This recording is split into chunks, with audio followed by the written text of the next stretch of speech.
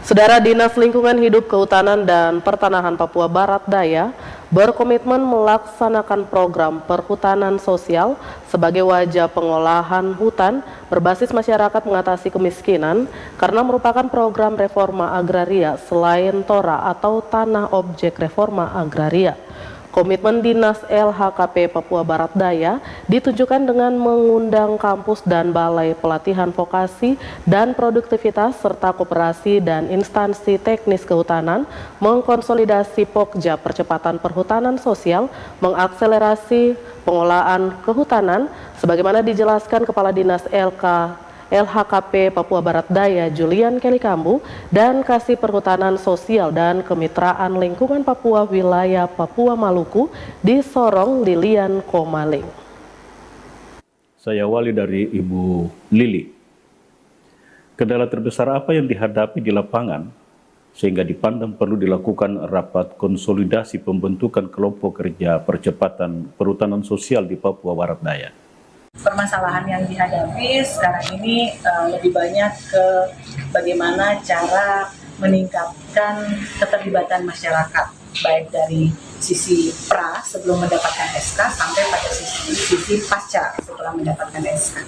Nah, itu adalah masalah yang berkaitan masyarakat dilibatkan dan kapasitas mereka ditingkatkan untuk melaksanakan program perhutanan sosial ini, dan juga masalah pasar.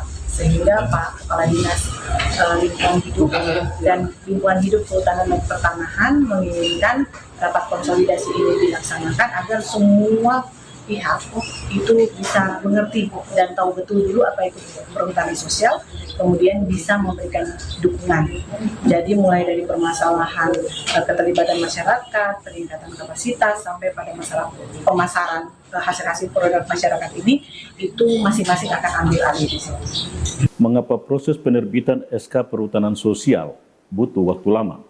Jadi ada tahapan-tahapan yang harus dilewati agar tidak terjadi konflik setelah SK penetapan hutan adat itu terbit. Penetapan hutan adat, maka kontan dia berdaulat atas hutannya sendiri. Jadi kawasan itu akan keluar dari kawasan hutan negara, tetapi harus dikelola tetap dengan fungsinya. Dan kemudian mereka dititipkan untuk menjaga kelestarian, sehingga anak cucu itu masih tetap mendapatkan hutan dengan kondisi yang lestari. Untuk Pak Kelly, bagaimana menyingkapi dilema perhutanan sosial di Papua Barat Daya? Karena begitu banyak tantangan yang akan dihadapi. Sekarang perhutanan sosial itu diambil alih oleh Mendagri. Jadi kalau dulu kita bicara hutan, itu terkesan itu hanya milik orang Kementerian Lingkungan Hidup dan Kehutanan. Tapi sekarang itu perhutanan sosial itu menjadi topik dan itu menjadi kewenangan juga dari menteri-menteri yang lain.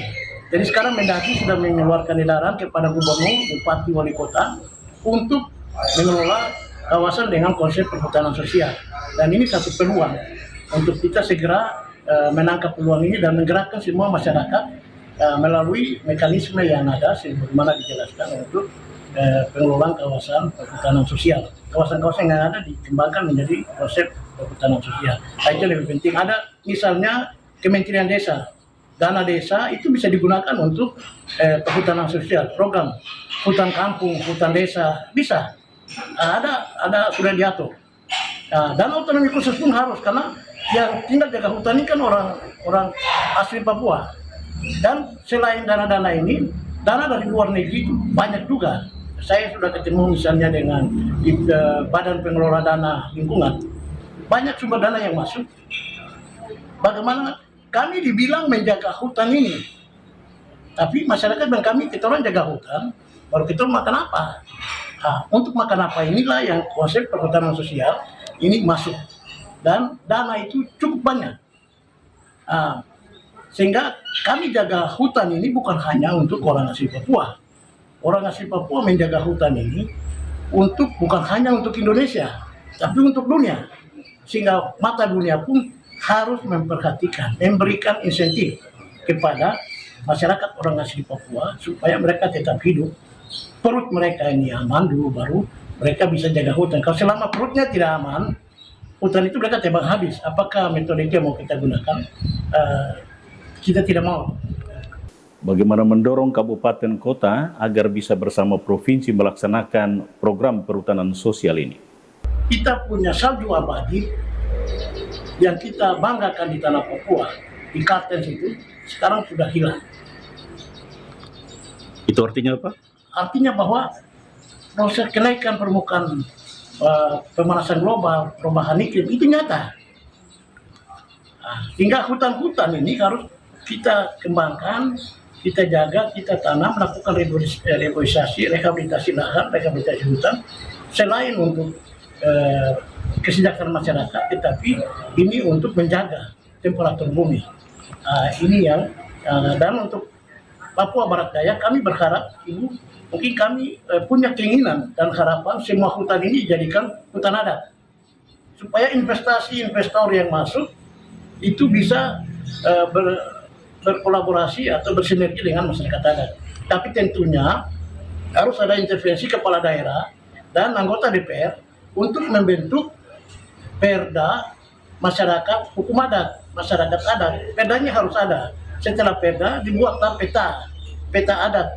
Kawasan ini milik marga mana, keret mana, sehingga jelas. Nah, itu harus dipastikan dulu. Semoga upaya menghadirkan Pokja Percepatan Perhutanan Sosial di Papua Barat Daya bisa berdampak positif bagi masyarakat pemilik adat.